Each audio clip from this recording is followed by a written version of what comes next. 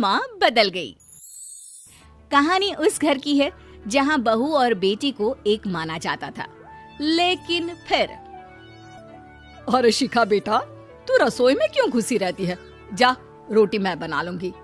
नहीं नहीं माँ जी, आप बैठिए, बस सारा खाना बन ही गया है। श्वेता को बोल देती हूँ, वो खाना लगा देगी सबका। सॉरी भाभी, मेरे पास वक्त नहीं है। माँ, मुझे पैसे देना, पार्लर जाना है। हाँ हाँ चली जाना, भाभी को भी ले जाना। वो भी जाने को बोल रही थी पार्लर, पर पहले ना मदद कर दे उसके खाना लगाने में। देख माँ, वो बहू है, उसे बहू रहने देना, इतना सर पर मत चढ़ा भाभी को। श्वेता, ज्यादा मत बोला कर।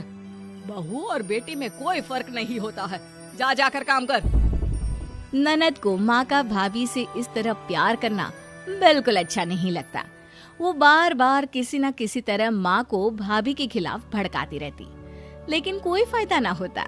एक रोज, अरे बेटे किशन, जा बहू को कहीं घुमा कर ला, सारा दिन घर में काम करती रहती है। हाँ हाँ माँ, हम लोग जा रहे हैं ना गोवा। अच्छा जी, भाभी ने तो हमें बताया भी नहीं। वैसे तो सारी पंचायत करती है, ये गोवा वाली बात क्यों छुपा गई हमसे? अरे क्योंकि उसे खुद नहीं पता था बहन। मुझे टिकट सस्ती मिल रही थी तो मैंने बुक कर दिया।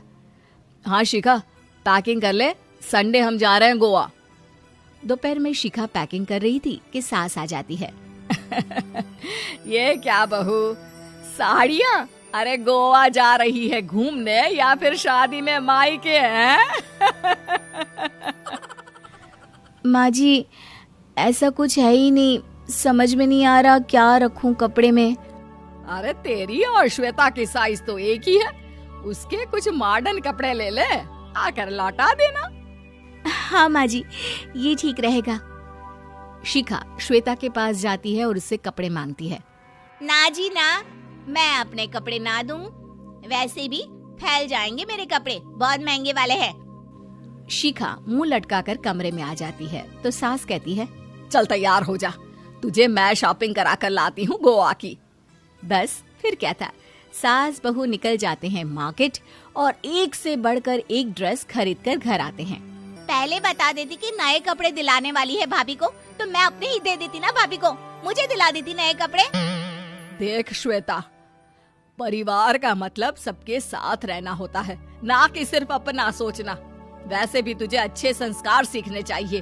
और रही बात कपड़ों की, तो शिखा, आज से घर पर भी तू मॉडर्न कपड़े ही पहनेगी। कोई जरूरत नहीं है ये साड़ी वाड़ी लपेटने की।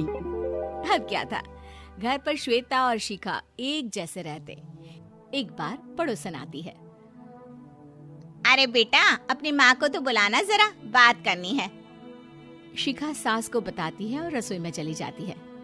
ये आपकी बेटी बहुत बड़ी हो गई है, इसके लिए एक रिश्ता है, कहो तो बता दूं। ये बेटी नहीं बहू है, घर में सब एक जैसा ही रहता है। वैसे मेरी बेटी भी बड़ी हो गई है, कोई रिश्ता हो तो जरूर बताना। पड़ोसन रिश्ता लेकर उन लोगों के घर आती है। तब श्वेता की होने वाली सास कहती है, तो ये घर है, कितने मंजिल का है? और ये बहू ने आपकी क्या पहन रखा है, जीन्स टॉप? अरे भाई, साड़ी वाड़ी नहीं है क्या इसके पास? देखिए, सर्दी है तो साड़ी में बहू कैसे मैनेज करती, वैसे पहनती है साड़ी भी। देखिए, हम लोग ठहरे पैसे वाले लोग, कोई कमी नहीं है हम लोगों के पास पैसों की, बहुत पैसे हैं, जमीन, नौकर चाकर, कार, सब कुछ है, लेकिन घर में संस्कारी बहू चाहिए।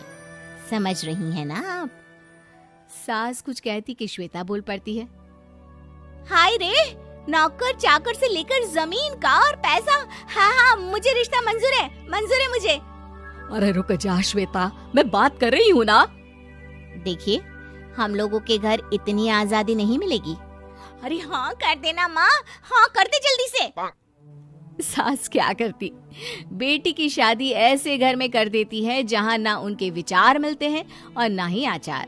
शादी के बाद एक रोज फोन पर, श्वेता बेटा, एक बार घर आ जा, बहुत दिल करता है तुझे देखने का।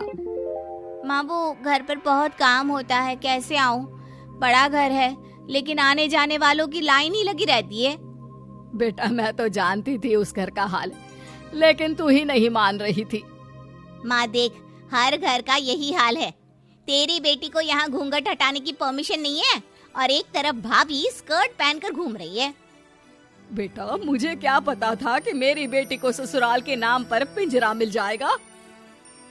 अच्छा माँ, फोन रखती हूँ, सास को गर्मा गर्म रोटी खिलानी है।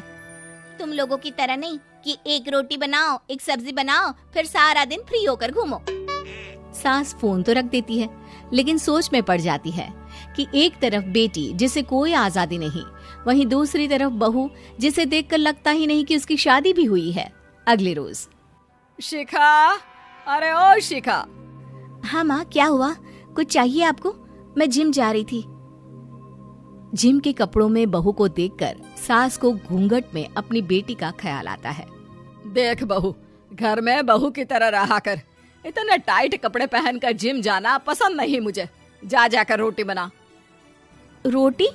माँ अभी तो शाम के 6 बजे हैं, इस वक्त रोटी? अब क्या मेरे खाने पीने पर भी पहरा है?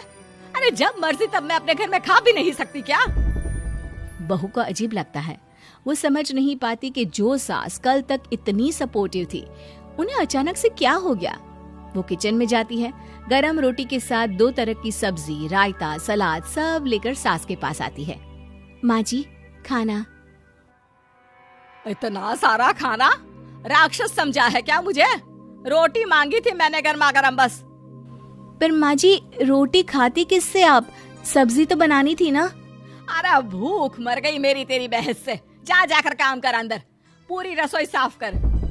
बहू अंदर चली जाती है। थोड़ी देर में श्वेता घर आती है।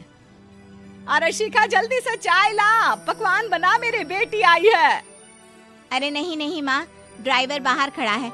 मैं तो घर का कोई सामान खरीदने के बहाने यहाँ आ गई हूँ, मुझे जाना होगा। अरे बेटा, पर कितने दिनों बाद देख रही हूँ तुझे, रहने आ जाना 2-4 दिन के लिए। आ जाऊंगी माँ, जब मेरी सास मरेगी तब। मैं तो रोज मन्नत मानती हूँ कि मेरी सास मर जाए तो अच्छा है। अच्छा चल, जा रही हूँ माँ। हे भगवान, कैसे कैसे दिन देखने पड़ रहे हैं मेरी बेटी को। सास अंदर जाती है, जहाँ श्वेता की जिम वाली सहेली का फोन आया होता है।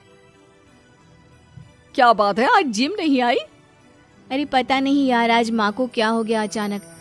पर खैर कोई नहीं, लगता नहीं कि मैं अब जिम आ पाऊंगी। शिखा स्पीकर पर बात कर रही थी, जिसे सास सुन रही थी। यार ये सास ना होती ही ऐसी है। मैं तो कहती हूँ बुढ़िया जल्दी मरे और तू आराम से जिए। शिखा को सहेली की बात पर गुस्सा आ जाता है। माँ के मरने की कौन सा बच्चा दुआ मांगता है मोहिनी? आगे से ऐसी बात मेरे सामने मत करना। हमारे घर की शोभा ही माँ है। क्या हुआ जो थोड़ी सख्ती दिखा रही है? उसमें भी कोई ना कोई उनकी भलाई ही होगी। मैं तो कहती हूँ भगवान मेरे जैसी सास सबको दे, जो सिर्फ माँ की तरह है। सास वाली तो कोई बात ही नहीं है उनमें। सास ये बात सुन रही थी। उनकी आंख में आंसू आ जाते हैं कि क्यों वो बेटी की किस्मत में बहू को भी भागीदार बना रही थी। शिखा, अरे ओ शिखा, क्या हो गया? जिम नहीं जाना क्या?